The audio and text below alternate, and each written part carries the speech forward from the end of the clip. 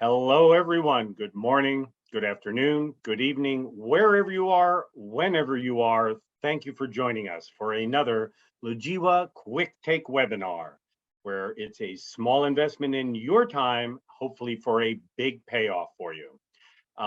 And so, since that clock is running, let me, by the way, Wayne Newitz with Lejiwa, welcome everyone. Let me turn it over right away to our host, my friend and colleague, Dr. Jamie Babka, who's joining us again. Our regular viewers are probably very familiar with Jamie. So Jamie, welcome. Thank you. Why don't you lead us right into the topic? Great. Hello, everyone, and thanks for joining today's Quick Take. Wayne, thank you as always for your introduction. Today, we're going to be talking about integrations for seamless D2C operations. So the goal today specifically is to demystify the topic of integrations. In order to be confident in assessing, understanding, and discussing integrations in the future, it's helpful to understand the basics of integration concepts. The first point here is that connectivity is key, it's critical. It's flat out impossible to operate an efficient logistics operation today without having integrated systems.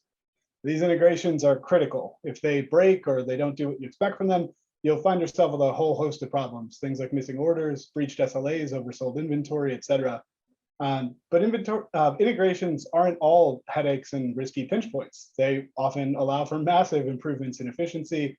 And those that understand how to leverage them effectively have a big advantage over those that exchange data in more manual ways. Understanding the topic of integrations is unavoidable. These are a critical part of the logistics puzzle, and discussing them shouldn't be considered a daunting task. As any consultant worth their salt will tell you, when you're discussing an integration project, the bulk of the time is getting spent collaborating on requirements and use cases for the integration. This shouldn't be viewed as a technical conversation. This is a business conversation that you need to be part of to ensure that things are going to work the way that you need them to, that your use cases are covered. Even if you're not technical, you need to be involved in this type of conversation. And so that brings us to why this all matters. With just some basic understanding, you'll be able to see the types of limitations that happen with integrations. You'll be able to explain requirements more clearly, be able to find ways to improve your existing operations, and hopefully avoid some costly issues while gaining some pretty profitable advantages. This is going to save you both time and money in costly consulting engagements, or it's going to save you from wasting internal resources on failed projects. And in addition, understanding how data gets exchanged can help immensely in identifying issues that could be solved with an integrated service, again, bringing you value from basic order channel and carrier service integrations to more advanced cases of reporting, robotics, and other operational support tools. So with that all said, let's jump in and talk about a couple integration basics and some basic terms. So there's a few key items here and concepts to understand when it comes to understanding integrations, at least at a very high level. I'm going to take a few minutes to break this down and bring some clarity into what these terms mean. So don't worry about scanning your eyes over the diagram quite yet. We're going to go through this kind of piece by piece and summarize it here at the end. So first, let's get oriented around some basic definitions and terms when it comes to integrations. Integration, for the purpose of this webinar, is simply defined as two or more systems that can exchange data. This exchange is done via their APIs, which we'll talk a little bit more about in a second. But overall, the key concept here is that while integrations are going to vary wildly from frequency to the security protocols and authentication methods, at their core, they are just a means to share information between two systems. And while there's many flavors of integrations, during today's conversation, we're going to focus on just two categories of that. Number one is pre-built connectors, and the other is custom integrations. Pre-built connectors, these are extremely common, and these are the simplest forms of integrations to implement. These let you connect two systems just by copying and pasting some data onto a screen in one or both of the platforms. Setting this up is extremely simple. Typically, you just need some basic information from both systems, like a username, an API key, a password, et cetera, as well as maybe a couple configuration settings, and then you're good to go. Those two systems are exchanging data. The downside here is adaptability. because connectors are created to work with minimal tinkering, it also means they're very rigid. If something changes between either system, these are prone to stop working. So for example, if you connect a WMS to an ERP, but then you change the orders module of the ERP in a very significant way, any existing pre-built connected integrations might not function as expected or even at all. And that's where custom integrations come in. Is there the other category to discuss? These are the types of integrations that you build from scratch, usually using software engineers, and the creator is defining how they want that to work. This control can make these very powerful. As long as both systems have the right APIs in place, you can really create whatever type of integration you want. Any data, any schedule, any unique rules, these are all possible as long as you have the right APIs. But the obvious downside in a custom integration is the difficulty, time, the tools, and the experience needed to do them. There are some solutions out there that can make this less daunting, iPaaS solutions, particularly integration platforms as a service, but these carry additional costs. They can still be limited in functionality or have a steep learning curve. So ultimately, it is a give or take. The last thing that I want to define here is what's called integration directions. Integrations can pass data in either one direction or back and forth. The back and forth type is usually referred to as bi-directional integration. Both systems are sharing information back and forth to each other. The key point here is that one system ultimately serves as the source of data and the other is the target. This can also be referred to as like server and client or master systems, etc. But just for a relevant example in the WMS space, most integrations end up being bi-directional, and and typically one system serves as a master. So things like the WMS is your inventory master, and your OMS or your e-commerce channel is your order master. So just a couple key points there to start us off. Let me go ahead and jump over to our next section here around API basics. So now that we've got some of the definitions out of the way, let's demystify this topic of APIs. APIs, which stand for Application Programming Interfaces, but that's not important. These are what systems use to exchange information. REST APIs, R-E-S-T, these are the most prevalent and popular, and that's what we're going to be focused on today. There's other technologies in the space, but REST is by far the most common. And there's a really simple and easy way to think about APIs.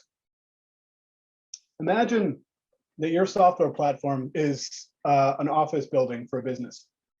And I'll say that business is going to have several departments that perform different actions and have access to different types of information. APIs, you can consider, are like the phone numbers you can call to reach those different departments. Depending on which phone line you're calling, you're going to be able to request different actions by exchanging information with the receiver of that phone call. So, for example, you might call a sales department and put in an order with them. Or you could call a shipping department and get the status of an existing order. Or you could call a support department and delete an order that you made or post an update to that order. Of course, you can only do these things if the three things are true. The next following statements are true. One, that you're authorized to make that request. So for example, you are not allowed to cancel someone else's order. You're not authorized to do that. The second is that you call the right department. So you can't call and ask the shipping department to place a new order. I'm going to throw you an error and say like, no, you've got to go to this other place, got to call this other number. Or that you give them the information that they're expecting. So for example, you can't check the status of an order without the confirmation number. If you call that phone line, you're going to be expected to provide that. APIs work exactly the same way between software platforms. A source system is going to send information to a target system, and that target system is going to perform an action, provided that you, A, are authorized to request it, B, that you called the right endpoint, and C, that you provide it with the information that it wants. This action of a source system calling out to a target system is what's referred to as a request, and that target system acknowledging it is what's referred to as a response, so very much like this phone analogy that we're using here. The final important concept here is this concept of events and triggers. These are the rules that automate integrations. These are rules like a record was updated, or a record was created, or X amount of time has elapsed. These events end up triggering the integration to perform an action, like making a call to another system. So I know that's a lot to take in. So I'm going to simplify this entire section with just a very simple and relevant example. So let's say an end customer places an order on an e-commerce system for a t-shirt. That purchase is going to trigger the e-com system to send a request to the API endpoints of your WMS system to insert an order. That WMS system is going to respond back to the e-commerce system saying, yes, this order was received and was accepted. The WMS system is then going to say allocate some inventory, create some tasks in order for the warehouse staff to fulfill the job. And then once that allocation of inventory occurs, that's going to trigger the WMS system to send a request to the e-commerce API to say that the inventory has changed. And this is the basic premise behind most common integrations, particularly in the WMS world. The last part in basics here to talk about is the concept of mapping. Every software platform is different. And while there's a lot of similar looking data, there needs to be a translation of what means what to both sides. So for example, orders might be common records between ERPs and WMSs, but each system has a slightly different set of attributes for them, or the fields could be called different things. This act of translating those two is referred to as mapping, and this gets baked into an integration. Understanding how vital these are for an effective integration is important, as well as how this can contribute to potential issues that you run into. So for example, if the SKU of a product is called a product code in one system, but called an ID in another, if that's not mapped over correctly, this could lead to mismatching item masters and failure to properly sync orders and item masters, et cetera. And the last thing I want to mention about mapping is in limitations. Because integrations are ultimately an exchange of data, that means that both systems have to have a place to put that data if you're going to send it there. This can be a limiting factor in what you're able to exchange. So for example, WMS platforms typically don't store credit card information for security reasons. So an integration from, say, an ERP or an OMS system that wants to send credit card information along to your WMS isn't possible. Not that you'd want to do that, it's not a good idea from a security perspective, but that's a limitation of those two systems integrating because the target system doesn't have a home to put that data in. So now that we have some of the basics out of the way, let's go ahead and talk about how this applies to some common integrations in the WMS space. So I'm going to be talking through 3 different groups of integrations during the conversation today. The first are about inbound process related integrations, things like sales channels, ERPs, OMS systems, and any other system responsible for collecting orders and sending those over to the WMS. So this diagram, these are things that you would see in green that are connected to your WMS here in the middle. The next category we'll talk about are outbound process related, things like carriers and shipping networks. These are the types of systems responsible for providing rates, providing labels, and other shipping related activities. In the diagram, these are the ones in purple at the bottom. And then finally, I'll cover some more advanced operational and custom integrations, things like integrations with robotics platforms or porting tools and general homegrown systems. These are the items that are in blue. So let's start with some common use cases of channel and store integrations. We'll talk about how these integrations are very commonly built, and then let's take a look at some common challenges that could happen and ways to mitigate them. Most integrations with the WMS for channel and store integrations are going to comprise of the following use cases. Number one is receiving sales orders for fulfillment. This allows WMS users to perform actions to fulfill orders. The direction here is that the order system is serving as the master, sending to the WMS system. That order system ideally would be triggered to send orders over either on a regular schedule, let's say like every 10 to 15 minutes, or in real time to ensure that they're being able to be handled in a good time frame. Sending inventory levels.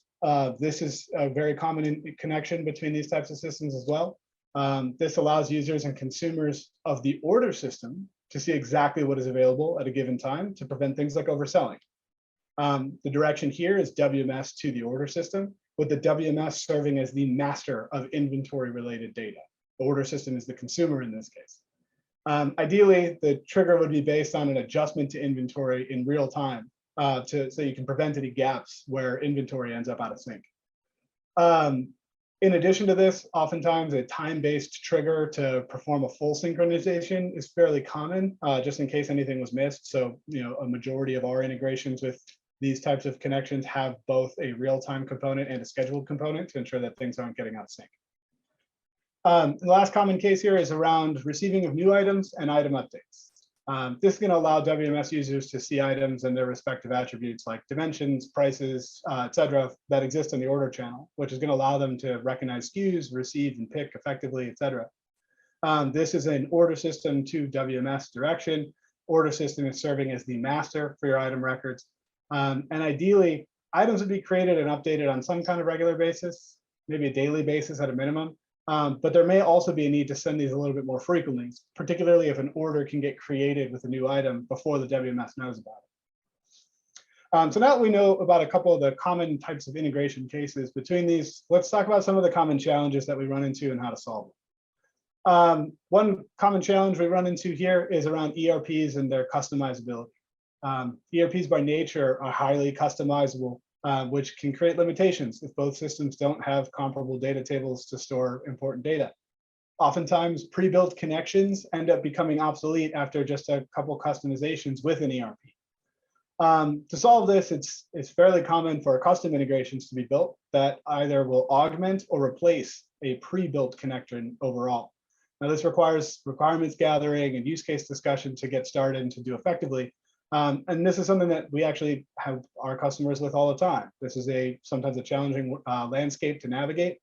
We have both pre-built integrations with ERPs as well as customers that are integrating themselves with a custom integration using our API. And it's a topic that our support team and the rest of our delivery staff are pretty familiar with.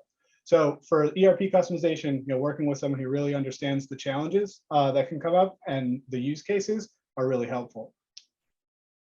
From an integration timing perspective, this can be a challenge if inventory and orders, because they're time-sensitive records. If they don't have a close enough or fast enough trigger to send data back and forth, you could end up with either overselling or missed orders or things that are delayed or late. Oftentimes, these types of problems can be solved or avoided altogether by just evaluating the event and trigger criteria of the integration that you're either using or building. If your integration is, say, sending inventory every hour at the lowest, this could be a huge risk. So with our connections, for example, our connectors, we send inventory updates in real time whenever these adjustments happen. And then we also send, ongoing updates, on a full sync, like a daily basis in most cases. This could be sometimes a limitation of the OMS or ecom system that you're using. So that's another important thing to keep an eye out for. Is this system capable of receiving updates this quickly? The last item here is around data mappings. Discrepancy in data happen when significant changes to an order system occurs, or if a system is being used in an atypical way that the integration isn't prepared for. So this can be solved in different ways. Sometimes just understanding how the mapping works between two systems can help identify where mismatches can occur. Understanding what system is expecting what type of data can really help. If your mismatch is caused by a process that just can't be adjusted, you might be able to fill that gap with a custom integration to augment what you're doing. Logio, we see this fairly often. And even as a SaaS product, we have several tools to support this, like free open text fields and attributes that can be used to stuff data, things like that. But the main way to avoid this is understand the mapping between your two systems, what data is getting passed in which contexts, and make sure that there's not any mismatches. If you're using a customer's name as a SKU code in your order system, for example, any connections that you have with your system to a WMS will most likely run into some struggles. So those are the types of mismatches that you could run into. So now that we've talked through those, let's talk about some other common cases and challenges with outbound and shipping related integrations, and then we'll wrap up with automations and custom integrations. Most shipping integrations to WMS platform are going to include the following use cases. So number one is fetching rates. This allows users of a WMS to compare rates across multiple shippers, either by manually comparing them or using a rate shopping feature in the WMS. This direction would be from a WMS system to the shipping system because we're sending the request to get information. The shipping system would in that case, serve as the master of rates data and the WMS as the consumer. And really the only viable trigger here for that kind of an integration would be a user prompting a request to fetch the rates. There's some cases where you might fetch them on a basis and store them in a table, so you wouldn't do them in real time, but that's usually either more advanced or more complex type workflows. So usually it's a like user prompted real time type of a trigger for a function like that. Getting labels is another common case. This allows users of a WMS to fetch the data that's needed to generate and print a label. A lot of the attributes here are similar to rates. You're going from the WMS to the shipping system. Shipping system is serving as a master. And really the only viable trigger here for getting a label is a user prompting the action. And the last one that I'll talk about is canceling or updating of labels in general.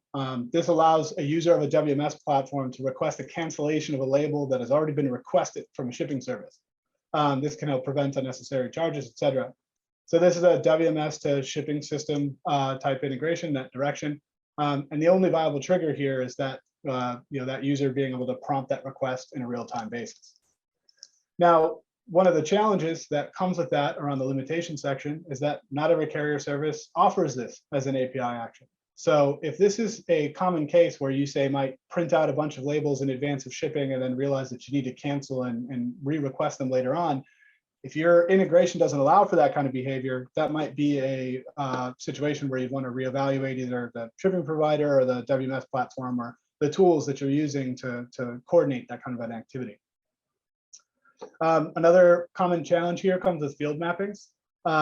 So this can vary a lot, but in some cases, maybe your WMS or your order system doesn't have the proper data that your shipping carrier is going to require. Things like international address information, extra attributes, isolated accounts of multiple FedEx accounts, things like that. So evaluating and understanding the types of mapping and pre-built connectors that you have available to you in this context can save you a lot of headache from realizing that you're unable to connect or use a particular connection because it is missing a couple of key attributes for you. And this is where understanding the mapping part is important. Very similarly is around configuration limitations. So this applies when you get into things like more powerful shipping networks and TMS services out there that are capable of some really cool and really complex use cases. But you can only use that if you have the ability to communicate the right data to their API. Based on the type of integration you're using, you could be limited to some basic functions like requesting a label. So evaluating and understanding your use cases ahead of time before trying to set up a connection between these systems and what could those two systems even support together is really important. At Legio, we've got several customers that not only use like our pre-built connectors for things like FedEx and other shipping carriers, but we also have several customers that build out their own custom integrations with more advanced platforms just based on their unique use cases. So those are both viable options in this case. So with carriers and shipping platforms out of the way, let's wrap up with just some general notes about other operational and custom integration use cases and common challenges that we run into. So some of the most complex integrations in the WMS space include things like integrating with homegrown systems or reporting platforms, things like that. These are the types of cases that allow users of an external system, whether it's reporting or homegrown, to be able to see data that gets synchronized from the WMS. This direction would be from the WMS system to the foreign system. Could also have some data coming back in certain contexts, but ultimately your WMS in this case is usually serving as your master. There's a lot of different options and triggers for these types of scenarios, and it all depends on like your reporting needs and use cases. But oftentimes, particularly with reporting platforms, a scheduled interval gets used. So say like every hour or every day, you sync a significant amount of data back and forth, mainly to protect bandwidth and that kind of thing. Now, when it comes to robotics or other operational support platforms like AMR services, things like that, these can be extremely complex. These are fully bidirectional integrations with many calls going back and forth constantly between the WMS platform and your robotics service, communicating tasks and task status and updates and things of that nature. These can be extremely complex to build out on your own. And these are the types of connections that we have some experience with and can tell you that like mapping out all your calls back and forth at the forefront is going to be a great way to ensure that your integration is going to be successful. But the ideal recommendation or the best advice we can give is if you have a pre-existing connection that you can use, it's best to try and leverage that and try to build off of that. A couple other notes here before we wrap up.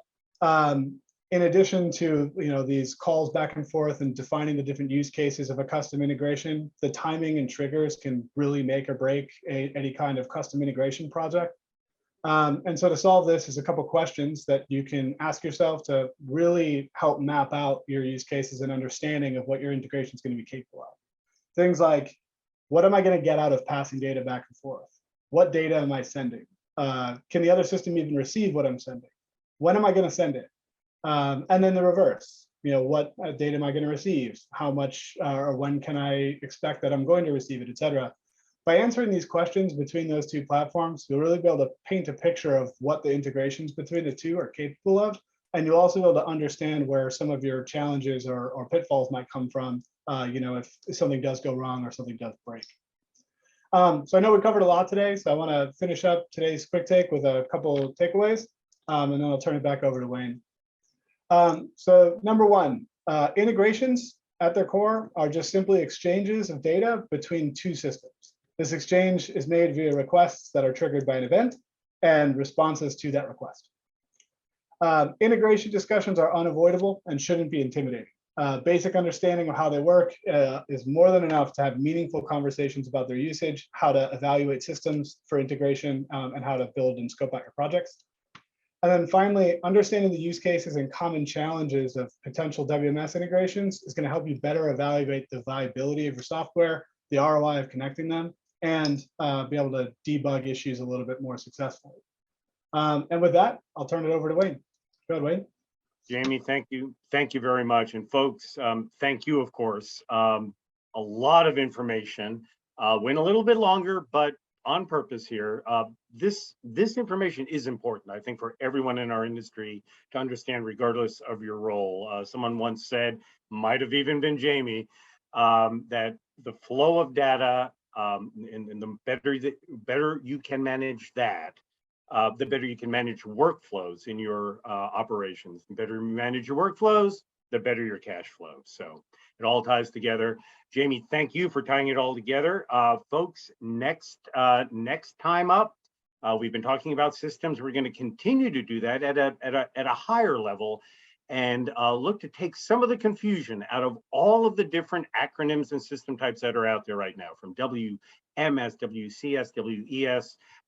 Looking really forward to this presentation. It's 2 weeks, same place, same channel here. So folks, thank you again for joining us.